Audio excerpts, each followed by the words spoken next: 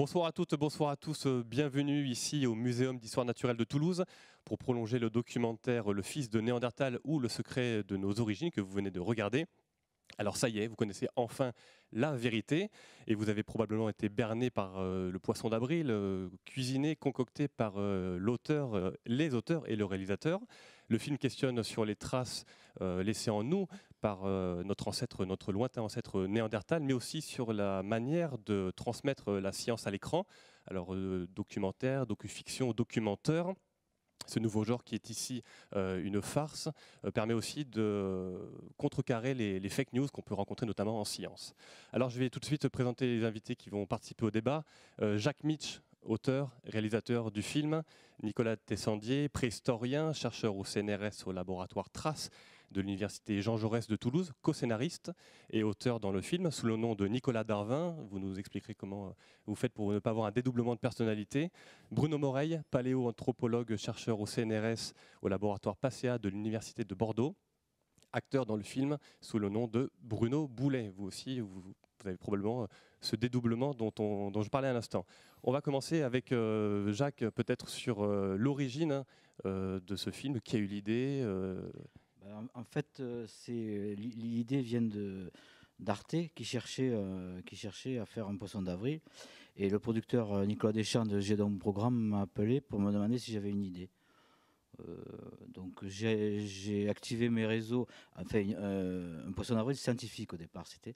Donc j'ai activé mes réseaux scientifiques entre guillemets et j'ai demandé à Nicolas Tessandier ici présent s'il n'avait pas une idée de poisson d'avril autour des hommes préhistoriques, quoi. Voilà, donc, et parmi vos contacts, comment ont réagi les scientifiques? Ils étaient plutôt, très bien, mais bon, j'ai un ami qui est sociologue des sciences, qui a réfléchi. Et puis j'ai un autre ami qui s'appelle Francis Duranton, qui est directeur du musée d'histoire naturelle de Toulouse, je lui ai parlé aussi de ce projet. Et puis Nicolas était le premier à me répondre de façon très efficace.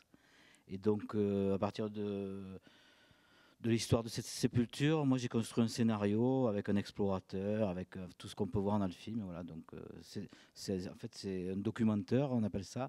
C'est un docu-fiction aussi, mais menteur quand même. On reviendra sur cette notion de documentaire. Et en vérité, c'est une fiction parce qu'on a tout fabriqué, quoi. Voilà, donc il y a les comédiens, il y a du décor, du maquillage. Voilà, Avant de revenir là-dessus, peut-être Nicolas Tessandier, comment vous avez perçu cette demande de Jacques Mitch? Étonné, séduit? Je connaissais un petit peu Jacques, donc un petit peu ce qu'il a fait. On avait fait une petite chose ensemble où il avait fait un petit film de présentation. Il faisait des présentations de chercheurs, ça s'appelait Qui cherche cherche, donc j'en avais fait un avec lui, j'avais apprécié la collaboration. Non, moi ça m'a pas étonné, et surtout moi la forme m'intéressait, c'est-à-dire tout ce qui peut mêler ma pratique de recherche, mon travail de scientifique et d'autres mondes et d'autres moyens de le communiquer m'intéresse en tant que tel. Donc au début je m'y suis pris plus par jeu, sans savoir que cette idée-là pourrait ensuite être tenue et arriver à la finalisation d'un projet. Et dans la situation dans laquelle on est aujourd'hui, j'y pensais pas du tout. Alors, c'est avec Bruno Moret que vous avez un peu discuté du sujet et vous avez fait un espèce de brainstorming pour avoir des idées. Et vous êtes devenu co-auteur du film. Même. Oui, mais disons que oui, j'en ai parlé assez vite à Bruno parce qu'à ce moment-là, on travaillait à Paris ensemble pour le CNRS. Voilà, on a évoqué ça un soir au cours d'un dîner. Moi, j'étais sur l'idée Néandertal, Sapiens, qu'est-ce qu'on pourrait trouver? C'est un sujet d'actualité brûlant. Et en parlant sous cette forme, et en disant à Bruno la recherche qu'avait Jacques Mitch sur le documentaire, c'est effectivement Bruno a eu cette idée de mettre en scène cette femme morte en couche d'une humanité portant un nouveau-né d'une autre humanité. C'est assez stimulant quand on est scientifique d'être en fait un auteur, un créateur de fiction. En tout cas, c'est un exercice intéressant. Moi, ça m'intéressait beaucoup d'y participer parce que, effectivement, j'ai jamais été impliqué dans une œuvre de ce type-là. En tant qu'acteur, on intervient souvent quand on est un scientifique parce qu'on passe sur nos chantiers de fouilles, etc. On reste devant une caméra quelques minutes. Là, c'était quelque chose de complètement différent. Et de faire le projet avec Nicolas, qui est un ami, et Jacques, dont je ne connaissais pas le travail auparavant, et c'était une très belle expérience.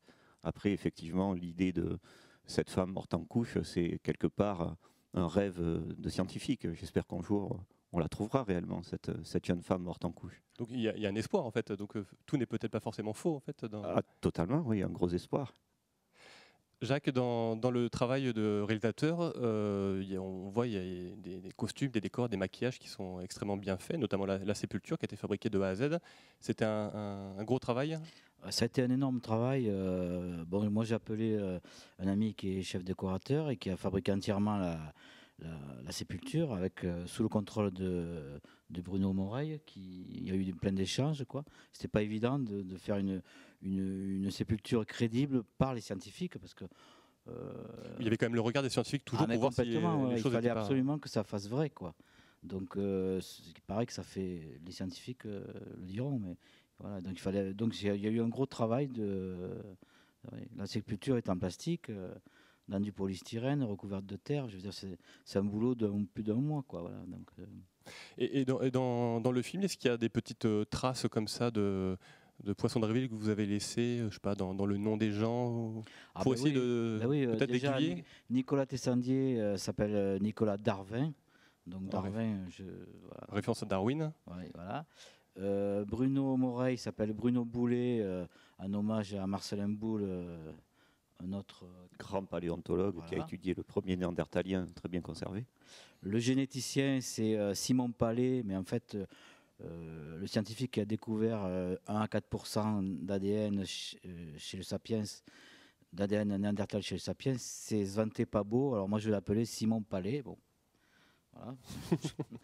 Voilà. Après, vous êtes amusé jusqu'au bout en fait. Oui, il y a plein de petits détails dans le film comme ça, mais bon. C'est Alors, on va passer le fond scientifique un peu du documentaire, du documentaire, je ne sais pas comment on va l'appeler pendant ce débat, sur Néandertal, Sapiens. Est-ce qu'on peut rappeler, je sais pas, Nicolas Tessandier ou Bruno Moreil, un peu Néandertal par rapport à nous actuellement ou par rapport aux Sapiens, il se situe où ? Néandertal, c'est une lignée qui s'individualise en Europe à peu près il y a 450 000 ans, qui va disparaître d'Europe entre moins 40 000 et moins, on va dire, 35 000, pour simplifier les choses. Sapiens, en fonction de la façon dont on le définit, c'est une lignée humaine qui s'individualise très probablement en Afrique de l'Est, aux alentours d'il y a 250 000 ans, et qui probablement sort de ce berceau africain plusieurs fois. Et c'est au cours d'une des sorties les plus récentes qu'elle va rencontrer le succès évolutif qui fera que toutes les autres populations non modernes, non anatomiquement modernes, disparaîtront de la surface de la Terre, dont les Néandertaliens, qui étaient là donc depuis plus longtemps que les Sapiens. Alors, un des faits du film, c'est donc qu'une femme est enceinte, une femme sapiens enceinte d'un fœtus néandertalien. Est-ce que ça, c'est possible ? Est-ce qu'il y a eu un métissage entre ces deux lignées ? Métissage, il est attesté maintenant par les données de la paléogénétique. C'était pas sûr à un moment donné, on ne savait pas très bien, il y a quelques années. Bon, là, il y a beaucoup de débats dans la communauté scientifique, on va dire, depuis la fin de la Deuxième Guerre mondiale, pour savoir quel est le statut taxinomique, c'est un mot savant, des Néandertaliens. Certains scientifiques considèrent toujours que les Néandertaliens font partie de l'espèce Homo sapiens, donc s'ils font partie de cette espèce-là, ils peuvent se métisser avec les autres membres de la même espèce. Mais petit à petit, on était passé sur une idée que les Néandertaliens faisaient partie d'une espèce différente. Et les premiers résultats de la paléogénétique sont allés dans ce sens-là. D'ailleurs, ont été mal compris médiatiquement. C'est pour ça que c'est très intéressant aussi de faire des documentaires qui sont des documenteurs un petit peu. Et les derniers résultats obtenus donc par le Max Planck Institute et le laboratoire de Svante Pääbo, c'est qu'effectivement, il y a eu une contribution génétique des Néandertaliens dans les populations ancestrales aux Européens et aux Eurasiatiques, ce qu'on ne soupçonnait pas au début des années 90. Ce métissage, cette reproduction, on sait géographiquement où elle a pu se passer ou pas, ou c'est très vaste? On suppose qu'il y a eu plusieurs épisodes de métissage. Un premier qui pourrait être ancien de près de 80 000 ans, qui se ferait aux alentours du Proche-Orient, d'autres qui sont en Eurasie orientale, dans la vallée de l'Altaï, d'autres un peu plus en Sibérie, d'autres peut-être sur des territoires qui sont plus proches des nôtres. Et le Néandertal 100%, Néandertal de souche, il a disparu comment et à quel moment et pourquoi ? On aimerait bien avoir une réponse à cette question. On travaille dessus. C'est le sujet de nos recherches, celle de Nicolas et des tas d'autres collègues. Pour le moment, moi, je n'ai pas de réponse définitive à ce niveau-là. On peut peut-être juste glisser que, on va dire que, à mon sens, les recherches des 10-15 dernières années montrent qu'on n'est pas tant dans une extinction qui serait liée à une infériorité de principe, une infériorité de ce que les cognitive, disons, de l'appareil cérébral de ces gens, dans le sens où Néandertal avait des traditions, des traditions techniques très évoluées, très perfectionnées, avait aussi un sens, utiliser des couleurs, enterrer ses morts, avait vraisemblablement un langage articulé, etc. Ce qu'on observe par contre, c'est que les sapiens ont une façon de faire société certainement très différente. On le voit notamment sur des recherches quand on peut déterminer l'origine des matières premières utilisées sur les sites, où on a des distances d'approvisionnement très importantes chez les sapiens sapiens, et nettement plus importantes que chez les néandertaliens. L'utilisation des parures comme façon de se différencier, de se reconnaître, de codifier l'information, etc., qui semble montrer qu'on a des interactions sociales et des réseaux d'interactions sociales, et peut-être des règles exogamiques, ou des règles de parenté, on va dire, différentes chez les sapiens vis-à-vis des néandertaliens, et que c'est peut-être dans cette façon de faire société de façon différente qui leur a donné un avantage et une façon de pouvoir propager, on va dire, leurs idées et leurs gènes de façon nettement plus efficace évolutivement que celle des néandertaliens. Jacques Mitch, dans le film, vous avez tenu compte de tout le nouveau savoir par rapport à Néandertal, par rapport pour les costumes, pour l'apparence, pour les images que vous utilisez aussi d'illustrations de Néandertal? Oui, bien sûr, les costumes, on les a eus par le paléosite de Saint-Césaire, c'est ça? Donc, en Charente-Maritime. C'était des costumes qui avaient été utilisés déjà dans un film. Voilà, et puis on a on s'est beaucoup inspiré des docu-fictions aussi, parce qu'il y a eu beaucoup de docu-fictions sur le sujet, quoi. Donc nous, on a fait comme les autres, quoi, mais tout en étant, enfin, il fallait faire un film crédible, un docu-fiction crédible. Donc on s'inspire. Enfin, moi, je me suis vachement inspiré de ce qui se faisait dans le monde de l'audiovisuel scientifique, quoi. Voilà. Et peut-être ce que dit Jacques est très important, c'est que effectivement, il a utilisé les codes du docu-fiction, mais et on en reparlera sans doute tout à l'heure. Mais c'est pas parce que lui, en tant que réalisateur, utilise les codes du docu-fiction qu'il est dans la, entre guillemets, réalité scientifique. Donc voilà, c'est un des sujets, je pense, intéressants à aborder. On pourra en reparler. Ouais. Sur le côté génétique et ce qui nous reste donc de Néandertal en nous, ce qui est acquis actuellement, c'est qu'on a quoi, 1 à 4% de gènes néandertaliens? 1 à 4% au niveau de l'ADN nucléaire, quasiment aucun au niveau de l'ADN, rien au niveau de l'ADN uniquement transmis par les femmes, à savoir l'ADN mitochondrial. Et ce qui donne quoi au final comme caractéristiques physiques ou psychologiques? Nous sommes des hommes modernes depuis quelques dizaines de milliers d'années. Le phénotype néandertalien ne s'exprime plus du tout à nous. Maintenant, les travaux qui sont menés sur cette contribution génétique néandertalienne, quand on essaie de la comparer à des cohortes d'hommes individus actuels, sans démontrer qu'effectivement, il y a certaines caractéristiques qui ont fait l'objet de sélections positives ou négatives chez nous. Donc, il a été proposé dans des revues très scientifiques que cette contribution génétique néandertalienne pourrait peut-être expliquer certaines pathologies liées à la coagulation du sang, à la sensibilité de la peau au rayonnement ultraviolet, à l'addiction au tabac, etc., voire même d'autres, à la morphologie du tronc, à la soudure des ossements crâniens, etc. Mais il faut être très prudent avec ça. Ce qu'il faut considérer, c'est qu'effectivement, les Néandertaliens semblent avoir contribuer à une partie de notre patrimoine génétique, et qu'une partie de cette contribution, si elle est restée et si elle est toujours présente à nous, c'est qu'elle présentait un avantage évolutif. Mais il n'est pas tout à fait muet, ce patrimoine, hein, dans nos gènes, nos chromosomes. Ah, il est pas muet. Il s'exprime. Il est là, c'est qu'il s'exprime. Mais pour l'instant, on a réussi à ne travailler sur cette question-là qu'à travers des questions où on essaie de voir si certains problèmes peuvent être liés à l'expression de ces gènes. Et on oublie peut-être tout ce qui ne crée pas de difficultés. Et donc le fameux Monsieur 66% dans le film Max Martel, c'est son nom. Donc ça, c'est totalement improbable de trouver un jour quelqu'un qui a autant de gènes néandertaliens. Tout dépend de quoi on parle. C'est-à-dire que si effectivement on parle des populations contemporaines et de notre société aujourd'hui, oui, effectivement, je pense qu'on n'a même aucune chance de trouver quelqu'un avec ce génome. Par contre, moi je ne suis pas biologiste, donc j'ai une vision des études sur l'ADN ancien qui est qui est à mon niveau de préhistorien, plutôt porté sur les productions culturelles. Mais si on considère que des phases de métissage ont eu lieu, on peut s'imaginer que les descendants de ces premiers métis devaient, et que si on pouvait les analyser, on a un travail sur un Homo sapiens sapiens ancien qui date de 35-36 000 ans à peu près en Roumanie, où les généticiens montent le taux, entre guillemets, à 10%, en nous disant que peut-être cet individu est le fruit d'un métissage qui aurait eu lieu 5 ou 6 générations avant ce fossile qui a été découvert en Roumanie. Donc, je ne sais pas ce qu'en dirait Bruno, mais je dirais aujourd'hui pas de 66%, mais s'il y a eu un métissage, alors... le documentaire aurait été vrai il y a des dizaines de milliers d'années peut-être 80 000 ans peut-être, non? Oui, avec une contribution très forte néandertalienne, puisque si on est à 66%, ça veut dire que c'est plutôt le génotype néandertalien qui s'exprime. Donc il faudrait penser qu'il y ait des individus néandertaliens qui se seraient métissés avec des métis de première ou deuxième génération homme moderne néandertalien pour qu'il y ait plus d'expression de gènes néandertaliens qui s'expriment. Donc pour l'instant, ce type de métissage-là, on ne l'a pas. Comme l'a dit Nicolas, pour les premiers hommes modernes, les plus anciens que l'on a en Eurasie, on a de toute évidence la marque d'un métissage plus important que nos 1 à 4%, ça va jusqu'à 10% pour ce fossile de Pechteracquoisé, un tout petit peu plus pour un fémur sibérien, mais dans tous les cas, la contribution génétique est déjà très très faible. Elle s'exprime quasiment plus, alors qu'on est en présence de fossiles qui ont 40-45 000 ans. Alors, si dans le film on présente l'homme de Néandertal, en tout cas celui qui a hérité d'une très grosse partie de ses gènes, comme un écolo qui fait de la permaculture, qui a une fibre vraiment écologiste très importante.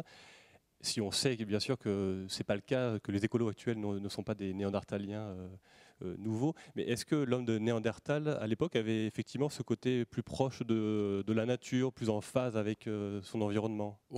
On s'en est servi comme une caricature. Ce qui était intéressant, c'est que, bon, déjà, le dépeindre comme écolo, ça serait bien sûr que non. Je dirais non dans le sens où il était en phase avec son écolo, quoi. Voilà, il était en phase avec son environnement. Là, on fait un anachronisme, c'est-à-dire qu'on calque quelque chose de nos problématiques actuelles, sociétales d'aujourd'hui, sur des populations dont on ne sait pas vraiment quelle était leur façon de penser le monde. Après, on a tiré, ça c'est vraiment une partie de la collaboration entre Jacques et moi, c'est que effectivement, je disais à Jacques, bah, tu sais, les Néandertaliens, il y avait des choses que les sapiens sapiens ont fait et qu'on connaît archéologiquement que les Néandertaliens ne faisaient pas. Par exemple, les Néandertaliens n'utilisaient pas, c'était une remarque qu'avait fait notre collègue Marcelotte qui est aussi dans le film, où il nous avait dit un jour, mais voilà, sapiens sapiens prend une emprise sur le monde et regarde par exemple comme sapiens sapiens tout de suite va utiliser les défenses naturel des animaux, les bois de renne par exemple, pour en faire des armes et les retourner contre lui symboliquement.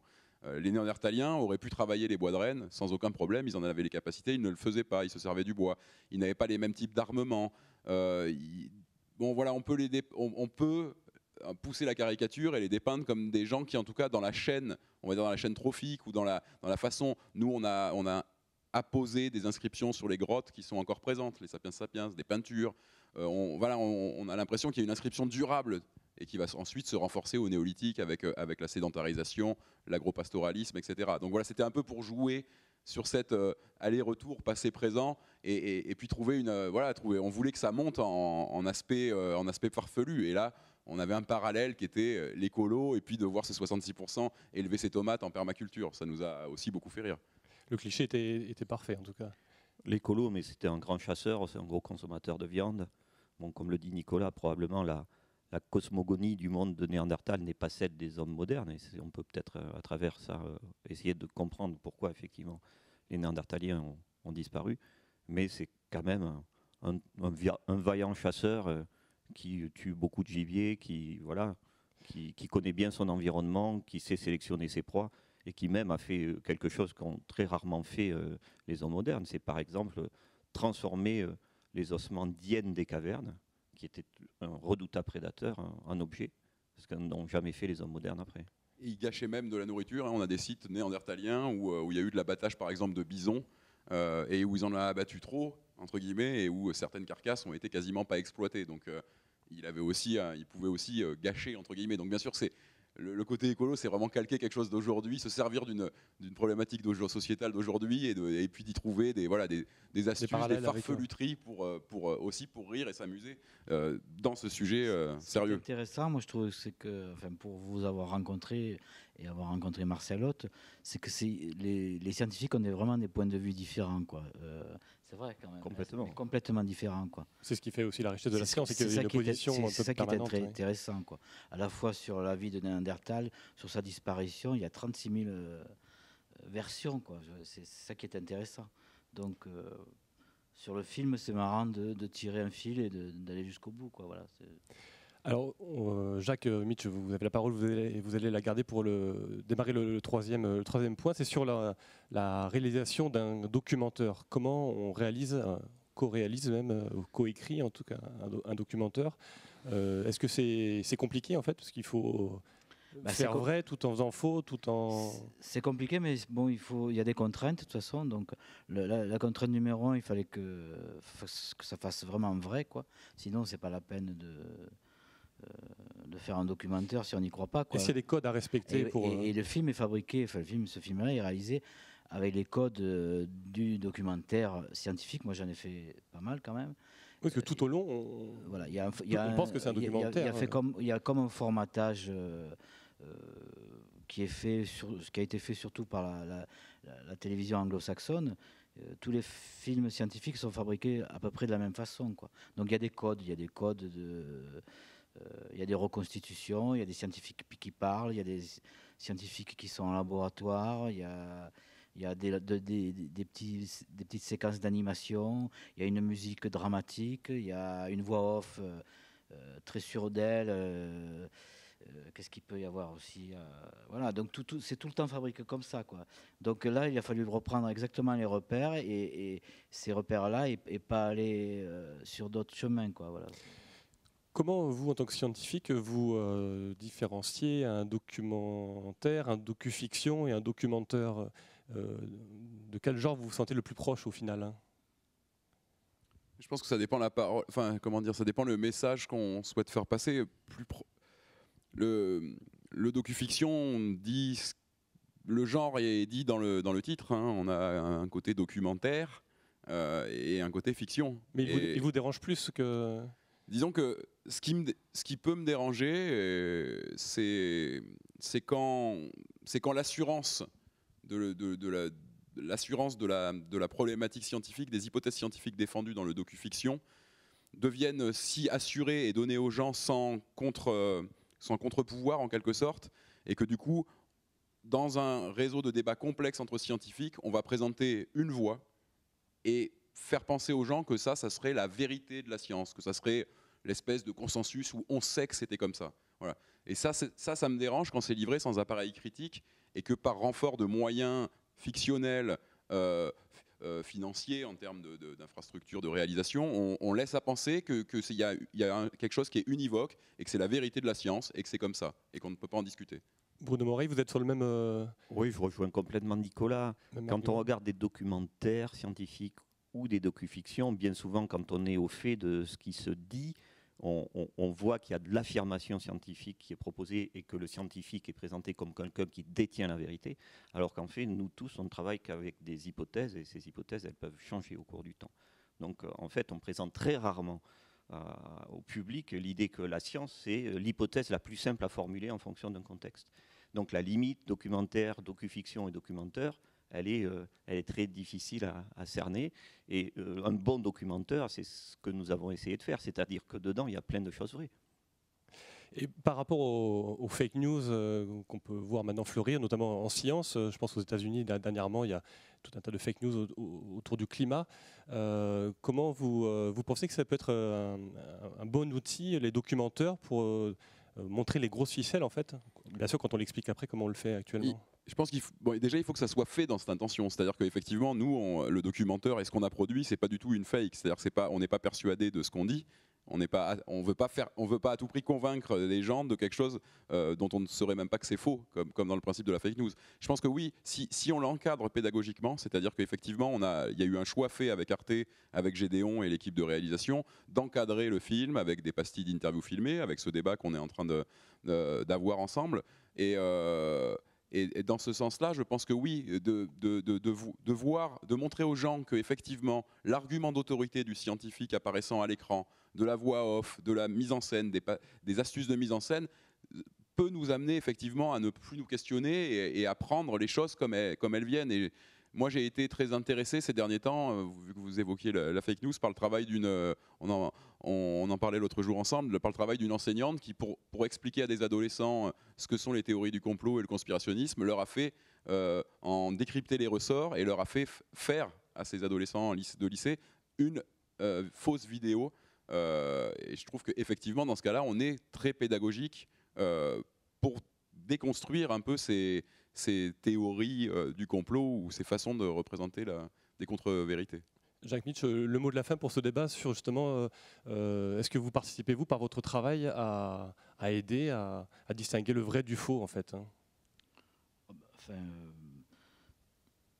oui, tout à fait. Moi, ce qui m'intéressait, c'était de faire un film aussi, pas qu'une blague, quoi. Essayer de faire réfléchir les gens. C'est surtout ça, un bon documentaire, c'est pas un documentaire qui assène des vérités, quoi. Moi, je crois que c'est un bon documentaire, un bon film, c'est quelqu'un qui fait réfléchir. Voilà. C'est quelque chose qui fait réfléchir. Et, voilà. Oui, peut-être juste pour dire aux gens aussi que je pense que c'est important qu'il y a une question de temps par rapport à la vérité. Et quelque chose, on aurait parlé de la génétique ou de l'idée de la génétique il y a 35 ans aux gens et qu'on pourrait décrypter le génome de Néandertal et de Sapiens et de leurs relations. Personne n'y aurait cru et ça aurait été un documentaire il y a 35 ans. Et aujourd'hui, c'est dans les plus grandes revues mondiales. Voilà, donc il y a un rapport entre le temps et la vérité qui est important à considérer. J'espère qu'on y contribue un petit peu dans ce film. En tout cas, merci à tous pour ces échanges passionnants et ce film passionnant. Merci de nous avoir suivis. Merci à l'équipe technique de TV Sud. Bonne soirée.